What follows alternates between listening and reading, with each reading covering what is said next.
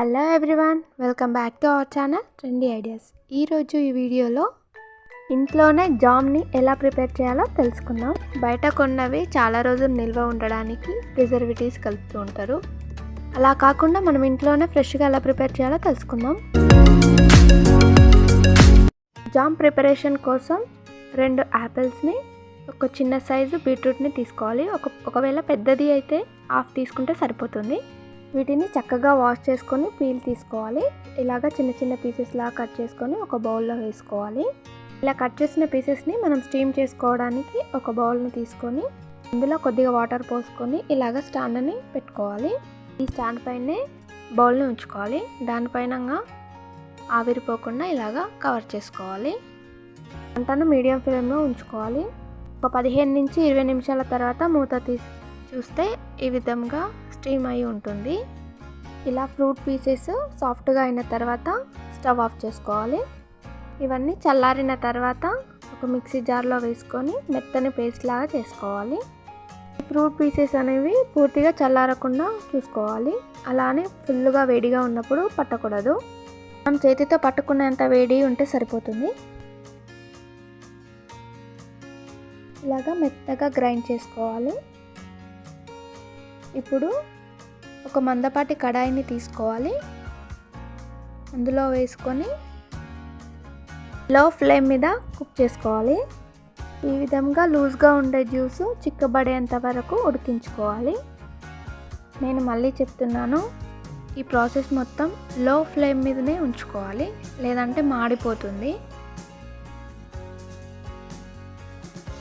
ఇలాగా మధ్య మధ్యలో కలుపుతూ ఉండాలి, ఎందుకంటే అడుగంటుతుంది. అడుగంటితే టేస్ట్ మారిపోతుంది.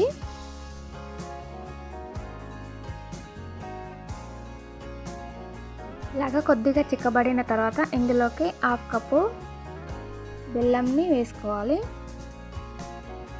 స్వీట్ని ఎక్కువగా ఇష్టపడేవారు 3/4 కప్పు దాకా వేసుకుంటే సరిపోతుంది. నేను చెప్పిన కొలతలకి 1/2 కప్పు బెల్లం అయితే కరెక్ట్గా సరిపోతుంది. బీట్రూటు మట్టి వాసన వస్తుంది కాబట్టి అలా రాకుండా కొద్దిగా నిమ్మరసాన్ని యాడ్ చేసుకోవచ్చు. ఇష్టం లేని వారు స్కిప్ చేయొచ్చు. నేనైతే స్కిప్ చేశాను. ఇలాగా చిక్కబడేంత వరకు కలుపుతూ ఉండాలి. జాము మనకి రెడీ అయింది.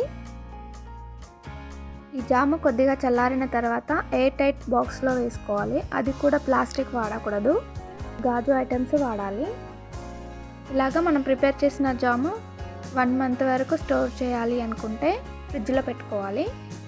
ఫ్రిడ్జ్లో పెట్టడం వలన 1 మంత్ వరకు స్టోర్ ఉంటుంది. ఇప్పుడు ఈ జామ్ని బ్రెడ్ పైన వేసి నేను చూపిస్తాను, చూడండి. ఒక పెనాన్ని తీసుకొని దానిపైన కొద్దిగా నెయ్యిని వేసుకొని స్ప్రెడ్ చేసుకోవాలి. ఇప్పుడు 2 బ్రెడ్ స్లైసెస్ని తీసుకొని 2 వైపులా రోస్ట్ చేసుకోవాలి.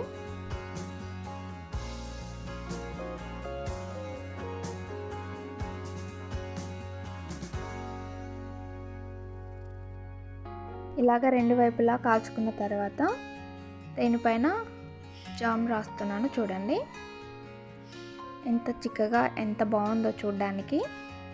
మీరు కూడా ఒకసారి ట్రై చేయండి. డెఫినెట్గా మీ ఇంట్లో వాళ్ళు మెచ్చుకోవడం మాత్రం గ్యారంటీ. అలాగా హెల్తీగా ఇంట్లోనే ప్రిపేర్ చేసుకొని హెల్తీగా ఉండండి. బయటవి కొనడం వలన హెల్త్కి చాలా ప్రాబ్లమ్స్ వస్తాయి. ఇలాగా ఇంట్లోనే ప్రిపేర్ చేసుకోవడానికి ట్రై చేయండి, హెల్తీగా ఉండండి. చూసారు కదా వీడియో? మీకు నచ్చినట్లయితే లైక్ చేయండి, షేర్ చేయండి, సబ్స్క్రైబ్ చేసుకోండి. Thank you for watching.